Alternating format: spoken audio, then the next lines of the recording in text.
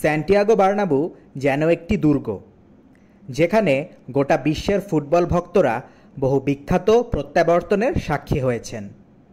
এটি এমন এক জায়গা যেখানে অসম্ভবকেও প্রায় সম্ভব মনে হয়।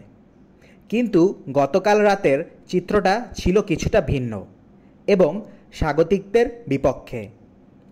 ট্যাকটিক্যাল ডিসিপ্লিন এবং ক্লিনিক্যাল ফিনিশিংয়ের পরিচয় দিয়ে মাদ্রিদের সমর্থকদের স্তব্ধ করে চ্যাম্পিয়ন্স লিগের ইতিহাসে নিজেদের একটি নতুন অধ্যায় লিখেছে আর্সেনাল। দীর্ঘ প্রতীক্ষার অবসান ঘটিয়ে অবশেষে 16 বছর পর চ্যাম্পিয়ন্স লিগের সেমিফাইনালে পা রাখল গানার্সরা। এমিরেটসে 3-0 গোলের সুবিধাজনক লিড নিয়ে দ্বিতীয় লেগে বার্নাব্যুতে যায় আর্সেনাল। সেই সুবাদে অনেকেই রিয়াল মাদ্রিদের থেকে পাল্টা আক্রমণের আশা করেছিলেন, কিন্তু নিজেদের ঘরের মাঠে 2-1 গোলে পরাজিত হয়ে 2 লেগ মিলিয়ে 5-1 ব্যবধানের লজ্জাবরণ করতে হয় বর্তমান চ্যাম্পিয়নদের। শুরু থেকেই দুই দলের লড়াই বেশ উত্তেজনায় ভরপুর ছিল। পেনাল্টির সুবাদে আর্সেনালের এগিয়ে যাওয়ার সুযোগ থাকলেও সাকার পানেনকা শট রুখে দেন কর্তোয়া। মাদ্রিদের সামনেও ম্যাচ ঘুরিয়ে দেওয়ার সুযোগ এসেছিল বহুবার, কিন্তু আর্সেনালের দৃঢ়রক্ষণ সেটা হতে দেয়নি। প্রথমার্ধের চাপ সামলে এদিন ডেক্লান রাইসও ছিলেন আরও বেশ অনবদ্য, তবে এমবাপেকে ফাউল করায় হলুদ কার্ড দেখেন রাইস এবং পেনাল্টি পায় লস ব্লাঙ্কোসরা। তবে ভিএআরের বদৌলতে রেফারির সেই সিদ্ধান্ত নাকচ হয়ে যায়। দ্বিতীয়ার্ধে আর্সেনাল নতুন উদ্যমে মাঠে নামে।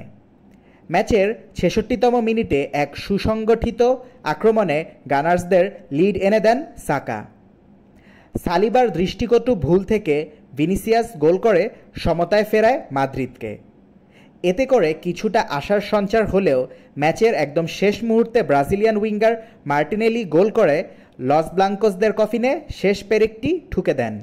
বর্তমান চ্যাম্পিয়নদের বিরুদ্ধে এই অবিশ্বাস্য পারফরম্যান্সের পর আর্সেনাল নিঃসন্দেহে বিশ্বাস করবে যে তারা এবারের চ্যাম্পিয়ন্স লিগ জয়ের অন্যতম দাবিদার।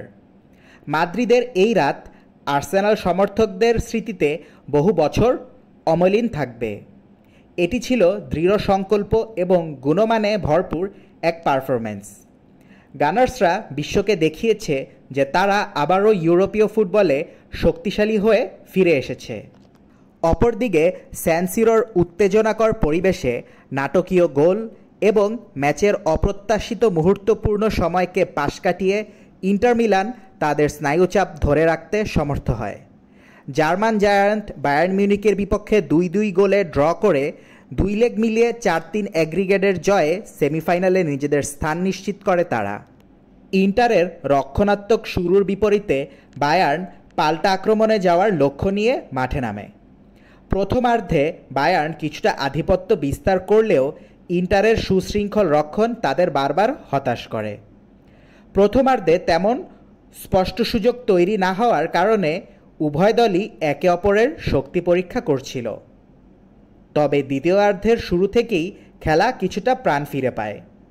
বিরতির 7 মিনিট পরেই ইংলিশ স্ট্রাইকার হ্যারি কেইনের গোলে অ্যাগ্রিগেটের সমতায় ফিরলেও লাউতারো মার্টিনেজ এবং পাভার্ডের 3 মিনিটের তাণ্ডবে লণ্ডভণ্ড হয়ে যায় জার্মান জায়ান্টরা। পরবর্তীতে এরিক ডায়ারের হেড ম্যাচের সমতা আনে এবং অ্যাগ্রিগেটে লিড কমিয়ে আনে, তবে সেটা সেমিফাইনালে যাওয়ার জন্য যথেষ্ট ছিল না। গতকাল স্যান সিরো অবিস্মরণীয় ফুটবলপূর্ণ এক রাতের সাক্ষী ছিল, যা এই দুই ইউরোপীয় জায়ান্টের গৌরবময় ইতিহাসে আরেকটি রোমাঞ্চকর অধ্যায় যোগ করল। এই 2 লেগের লড়াই রীতিমতো ক্লাসিক চ্যাম্পিয়ন্স লিগের ম্যাচে রূপ নেয়, যেখানে কৌশলগত দক্ষতা, ব্যক্তিগত প্রতিভা এবং নাটকীয় মোড় দেখা গেছে বারবার।